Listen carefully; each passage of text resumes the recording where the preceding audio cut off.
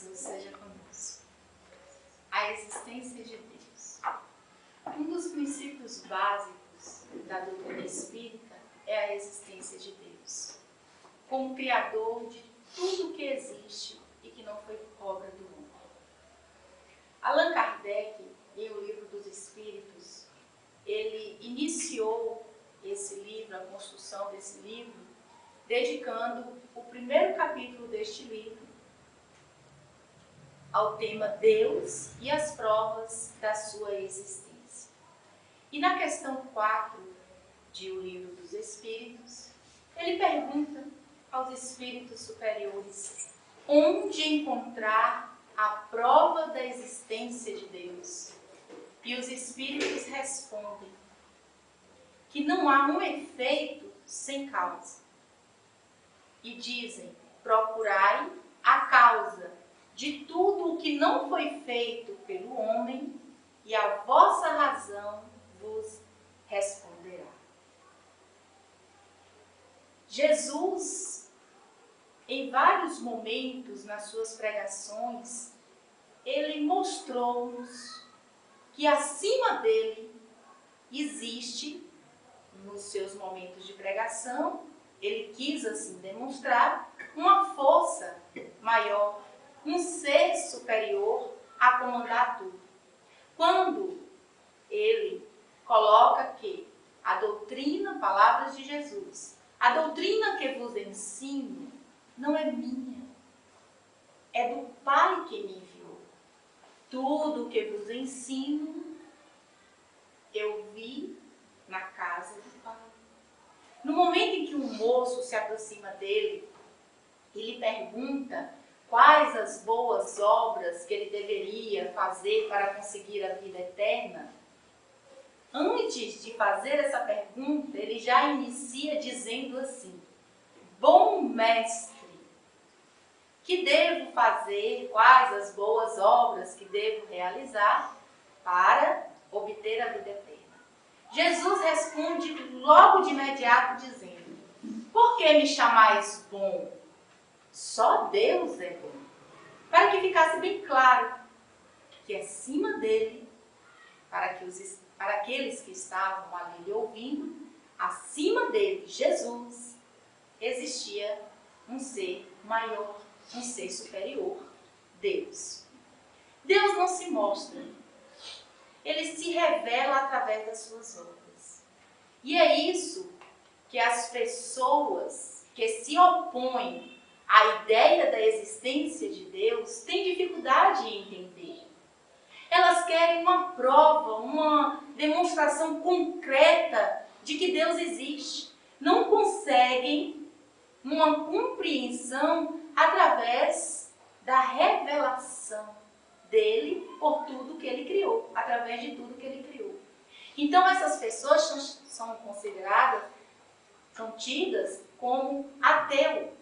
São as pessoas que têm dificuldade de entender, de aceitar a existência de Deus. E Kardec, ele analisa a posição dessas pessoas que acreditam que tudo que existe na natureza foi produzido por forças materiais que atuam, se movimentam mecanicamente por uma lei de atração e de repulsão. Eles dão a explicação para tudo que existe desta forma. E Kardec, muito sensato, ele considera como verdade tudo isso. Ele diz aceitar esta colocação daqueles que se opõem à ideia da existência de Deus, mas acrescenta: e tudo isso para se movimentar, essa força material e mecânica, como colocam, para que se movimente, para que seja distribuída de acordo com as necessidades de cada coisa, há de ter uma causa inteligente. Há de ser movimentada por uma força que não é do homem, Deus. A força, então, de Deus. E com essa colocação, Kardec está chamando a atenção destes que não acreditam na existência de Deus, que tudo isso, toda a natureza, ela não pode se movimentar somente por essa força material e mecânica, mas por uma força maior, por uma inteligência superior, que é o que os Espíritos disseram lá na questão 4. Procurai a causa de tudo que não foi feito pelo homem, e a vossa razão vos responderá. Há de ter um ser superior a comandar, a reger tudo isso que não foi criado pelo homem. E então, Alberto Ferreira, numa trovinha que está lá em Trovadores do Além, que foi psicografada por Chico Xavier, ele diz assim: ateu, enfermo que sonha na ilusão que persiste. Um filho que tem vergonha de dizer que o pai existe. E realmente o ateu é essa pessoa que não tem a humildade para admitir que existe um Criador para tudo que observamos no universo. É como se ele, como colocou Alberto, tivesse vergonha de admitir a existência desse Criador. E é nessa ideia que os materialistas se apegam. A ideia do nada. Quem é materialista não acredita na existência de Deus e nem na vida após a morte, na continuidade da vida após a morte do corpo físico. E então, os materialistas vão viver de qualquer jeito. Os abortos, os suicídios, os assassinatos, a pena de morte. São práticas que revelam a falta de humildade em admitir a existência de Deus. Então eu mato através do aborto porque o ser que carrego em mim não tem vida. Eu domino sobre ele. E após essa vida não sobreviverá. Aquele que está indo contra as normas sociais, a gente retira com a pena de morte. É a ideia materialista. Acaba com o ser, com o corpo. Mas ele continua sobrevivendo. Então, no suicídio, eu tiro minha própria vida porque eu encerro tudo. Acaba o meu sofrimento, acaba a minha... Acaba não, piora. Acaba o corpo físico, mas o espírito continua sobrevivendo. Isso no pensamento espiritualista. Mas para o materialista, não. Pois ele acredita no nada. Ele não tem Deus. A crença em Deus. Essa intuição da existência de Deus, todos nós trazemos ao nascer. Se diz inato. A gente já nasce com ela. Que há um ser criador de tudo que compõe a vida aqui na Terra, no universo, que compõe a natureza. E Kardec, ele coloca, continuando falando da existência de Deus, na sua última obra, das 5 obras que constituem a base da doutrina espírita, na sua última obra, a Gênese, ele coloca, a última obra que ele escreveu, ele coloca no capítulo 2, no item 7, sobre a existência de Deus. E lá ele diz assim, que a comprovação da existência de Deus é possível perceber através da revelação e das evidências materiais dos fatos. E que até os povos selvagens, eles admitem a existência de um ser superior regendo a vida. Através do que observam que está acima das possibilidades do homem. E então, partindo daí, sem terem revelação nenhuma, eles consideram que um ser superior aos homens tenha criado tudo aquilo. Os povos selvagens. Kardec vem nos lembrar dessa humildade dificuldade que tem esses povos de admitirem a existência de Deus, mesmo não tendo revelações. E eles se convencem e se alimentam dessa intuição através das evidências que estão ao nosso redor. E essa intuição da existência de Deus, ela pode ser negada ao espírito ao reencarnar. E está lá na outra obra que compõe a base da doutrina espírita, o céu e o inferno. No capítulo 5, na segunda parte, onde são relatados vários depoimentos, são várias comunicações de espíritos que Kardec colheu, selecionou e registrou. E lá tem uma dessas histórias intitulada O Ateu, que é onde tem registrada a comunicação de um espírito que ele se suicidou por afogamento. E nesse momento ele tem também ali, comunicando logo em seguida a comunicação dele, um outro espírito que também se apresentou como ateu. E nessas comunicações, Kardec aproveita tudo que ali é colocado, porque cometeu o suicídio por não acreditar em Deus, ou se opor a essa ideia, e o outro não cometeu o suicídio, mas trazia em si todo o tormento de um espírito que não acredita na existência de Deus. E daí, Kardec faz um registro, uma observação nessa comunicação, capítulo 5, segunda parte, o ateu. Ele coloca da condição desses espíritos numa reencarnação seguinte, quando, para que pudessem construir em si essa ideia da existência de Deus, passariam pela provação de ter negada a reencarnação com essa intuição da existência de Deus. Doloroso, né? Pensar isso. Reencarnar e passar toda a existência tentando construir, buscar provas de que Deus existe. A esses espíritos, por quê?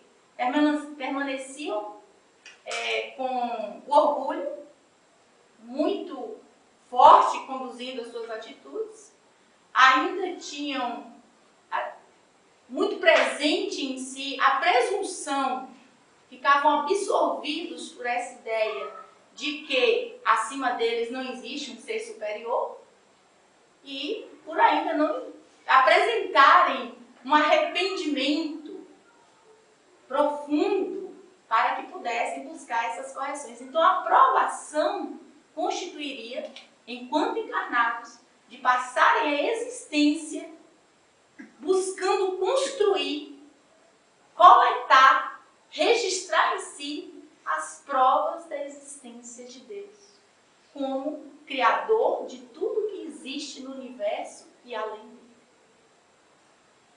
Se nos colocarmos, imaginando-nos no lugar desses espíritos, chega a dar um estremecimento na alma, uma provação desse nível. Porque nas horas de dor, de dificuldade extrema, por mais que talvez não nos dediquemos a uma religião, não tenhamos uma filosofia que nos oriente, mas a gente busca Deus. É a primeira coisa que a gente se apega, porque a fé é a maior conquista do ser humano. É nela que a gente vai se apegar na hora da dor, na hora extrema. E quem não tem essa crença, quem reencarna com isso negado em si, é muito doloroso. Então, é essa fé, essa crença em Deus que nos dá essa sustentação, que nutre a nossa alma, que vitaliza o nosso ser, que nos conforta, porque a gente sabe, nós sabemos que não estamos aqui nesse mundo reencarnados ao acaso. Deus providenciou para que estivéssemos aqui, está a cuidar de nós, e isso vai nos confortando, apesar do tamanho da dor que estivermos passando. E assim, com essa certeza da existência de Deus, vamos notando o quê? quando observamos um carro, um computador, a gente não consegue entender que aqueles objetos foram criados do nada. Houve um criador para aquilo. Da mesma forma, vamos observar uma flor, vamos observar as estrelas, vamos observar nós mesmos, o nosso corpo, e vamos nos convencer de que há um ser maior que fez tudo isso, porque não foi obra do homem. A nossa própria inteligência, a nossa mente, ela exige isso. Que a gente acredite que há um ser causador de tudo isso, que é Deus. Então, a gente precisa se apegar nessa ideia. E como dissemos, a crença em Deus é inata.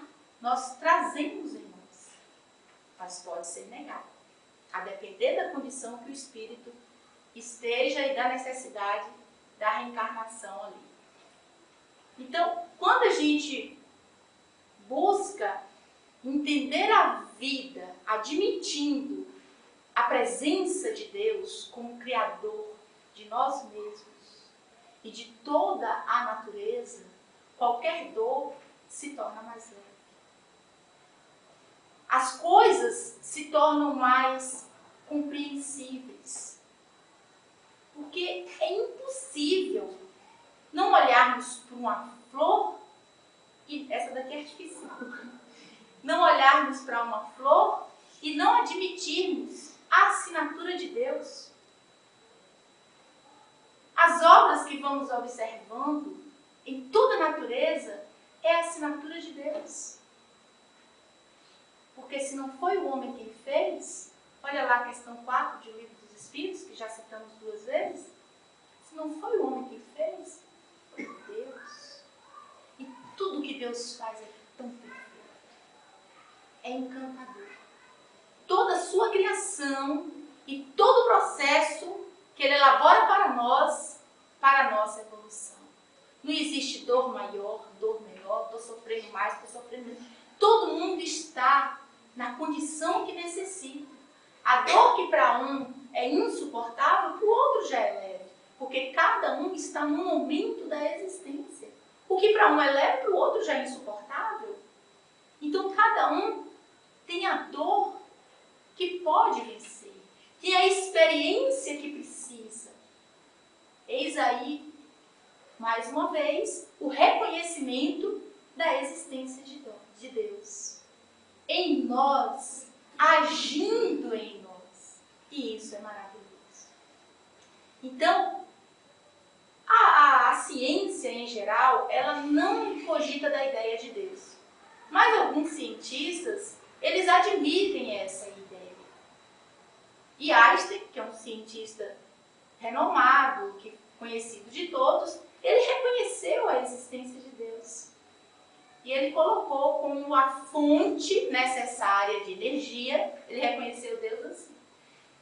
Tem outras colocações interessantíssimas de Einstein a respeito da existência de Deus. Ele se coloca como um ser extremamente humilde, reconhecendo que para comandar todo o universo que ele considera incompreensível, somente uma força superior à dos homens, que é Deus.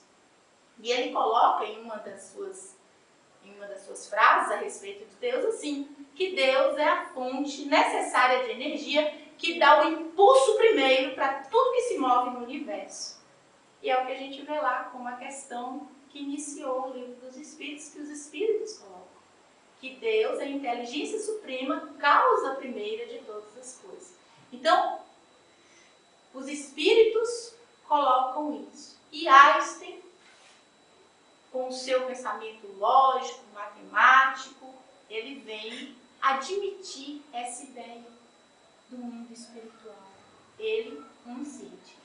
E recentemente esteve reunido no Brasil um grupo de cientistas que eles defendem a tese que eles chamam de design inteligente, que é justamente uma tese que eles estão defendendo, onde coloca que a complexidade e a perfeição da natureza comprovam a existência de um ser superior aos seres humanos. Deus.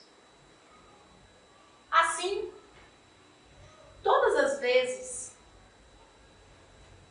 que tivermos a humildade de reconhecer, de admitir a existência de Deus, e geralmente a gente tem esses momentos naquelas situações em que a gente pensa depois que acontece, poderia ter sido pior, mas não foi.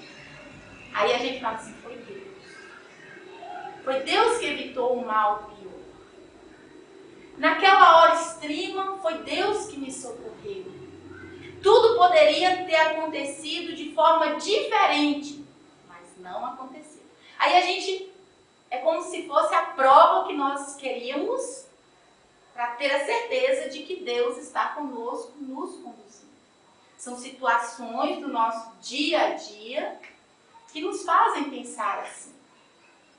Quando essa ideia realmente, essa convicção se fizer muito mais forte em nós, de que Deus existe e habita em nós, daí conseguiremos perceber essa presença de Deus por transformações significativas que vamos fazer em nossa alma. A partir daí, não mais o reconheceremos em situações externas do nosso dia, já saberemos reconhecer no nosso íntimo. E então, transformações maravilhosas certamente conseguiremos realizar na nossa intimidade. E Deus, Ele está conosco e Ele age em nós.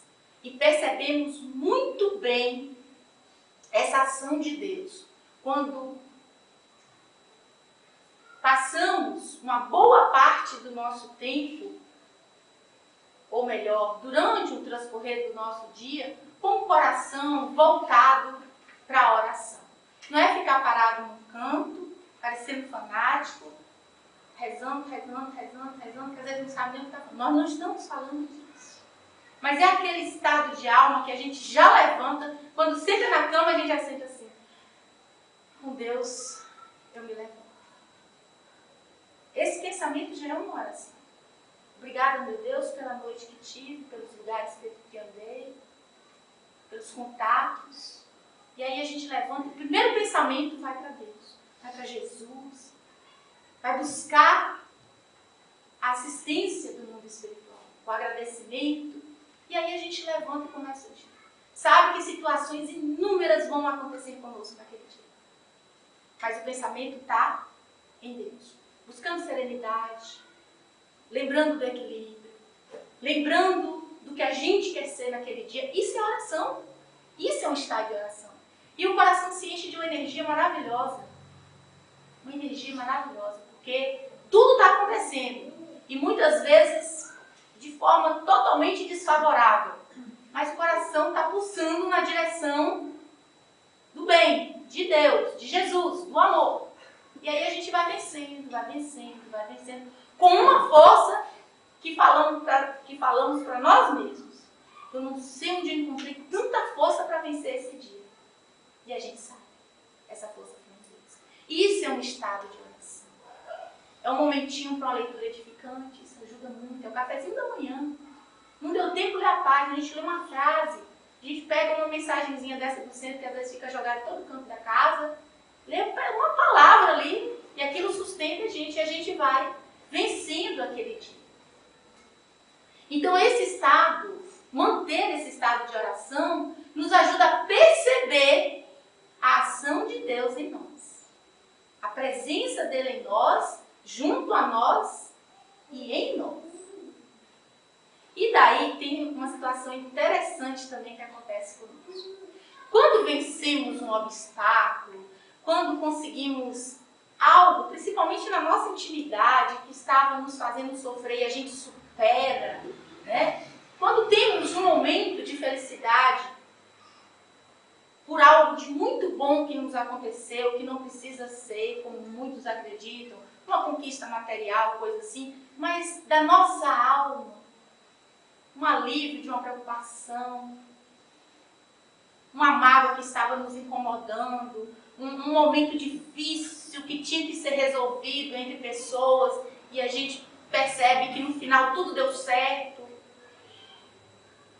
Aí vem um estado na alma que parece uma explosão.